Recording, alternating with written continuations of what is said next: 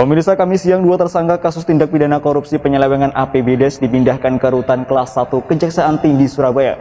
Dua tersangka tipikor tersebut yakni mantan Kepala Desa Worawari dan mantan Kepala Desa Dersono Pacitan, Jawa Timur.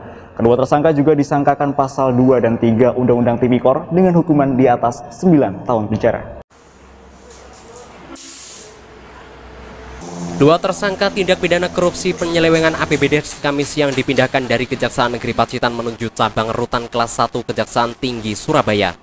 Dua tersangka tipikor tersebut yakni Wasito mantan Kepala Desa Worawari, Kecamatan Kebun Agung, dan Soekarno mantan Kepala Desa Dersono, Kecamatan Pringkuku, Pacitan. Di mana saat ini kasus tindak pidana korupsi senilai ratusan juta rupiah. Limpahan kasus dari Polres Pacitan tersebut sudah masuk tahap kedua, yaitu berupa masa penahanan selama 20 hari di Kejaksaan Tinggi Surabaya sebelum proses sidang.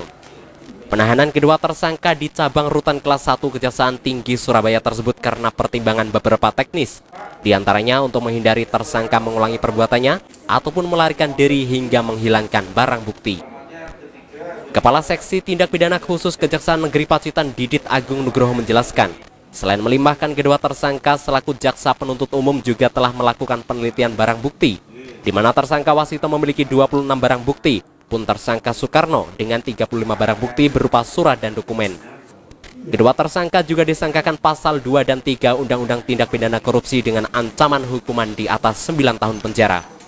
Bagaimana wewenang penuntut umum, karena sudah diserahkan tersangka dan barang bukti ke penuntut umum, tadi Kejaksaan Negeri Pacitan melalui pimpinan kami selaku penuntut umum melakukan penahanan selama 20 hari dengan alasan subjektif objektif.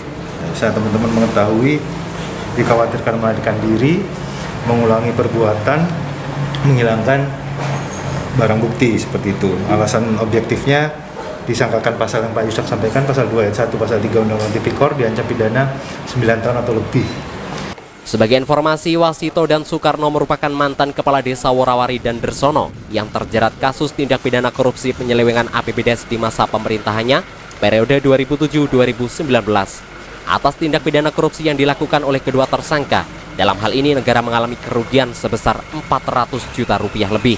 Edwin Aji, JTV, Pacitan.